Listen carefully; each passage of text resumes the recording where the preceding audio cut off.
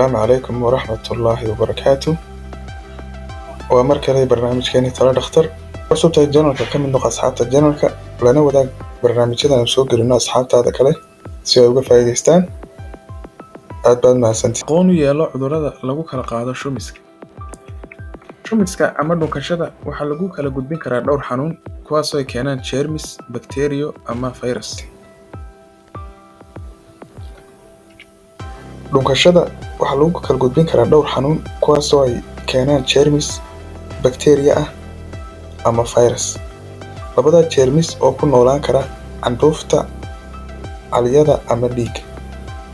sidee dhunkashada loogu kala qaadi karaa xanuun?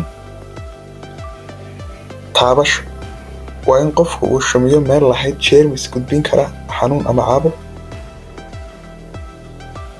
dhibco qoyaan ah dhibcahaasoo xambaarsan jeermis ilma aragtay ah wuxuu ka iman karaa sanka ama dhuunta, sidaas ayuuna qofka ugu kala gooshi karaa xilliga shuminta qofka kalena wuxuu liqayaa ama uu neefsanayaa dhibcahaas xambaarsan jeermiska inta uusan cudurka qaadin.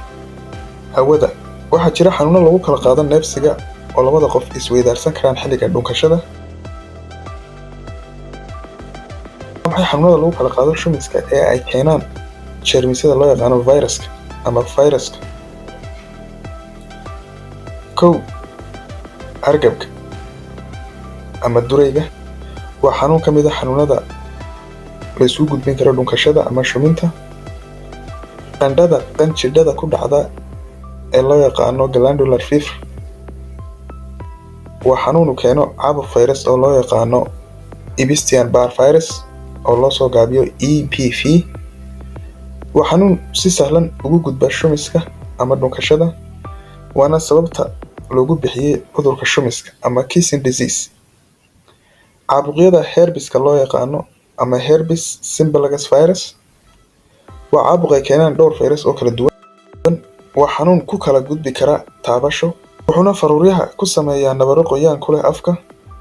sidoo kale waxaa la mid ah cudurka busbuska oo isagana dhunkashada ku gudbi kara hadduu nabar uu qofku ku leeyahay meelaha u dhow meesha la shumiyey. cagaarshowga xanuunada lagu kala qaado jeermiska ay keento bakteeriyadu waxaa ugu caansan xanuunka loo yaqaano qoorgooyaha ee keento bakteeriyada loo yaqaano bakteeriyooyin badan baa keeni kara. marka xanuunka qoorgooyaha ee loo yaqaano meningitis, bacterial meningitis waa xanuun halis ah oo qofku u dhiman karo, wuxuuna ku faafaa taabasho ama neefsasho dhibco qoyaaneed ama droplets xilliga markaa qofku shuminayo qofka kale ee caafimaadka qaba.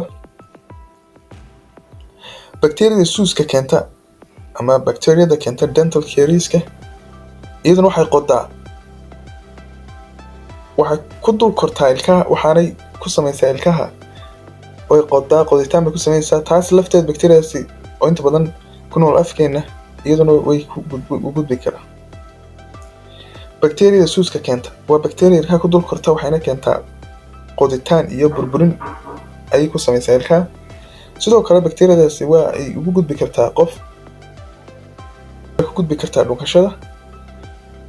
tiibishada sanbabka ama pulmonary TB waxa loo yaqaano iyadoo waxa lagu kala qaadi karaa neefsashada marka la ishumiyo. inkastoo ay cudurradan kor kusoo xusnay ay ugu horreeyaan cudurrada shumiska lagu kala qaado, laakiin waxaa jiri kara cudurro kale oo ka imaan kara haddii dibnaha ama faruuryaha mid ka mid a labada qof ay shuminaya ay jiran yihiin ama xambaarsan yihiin jeermis keeni kara xanuuno kala duwan.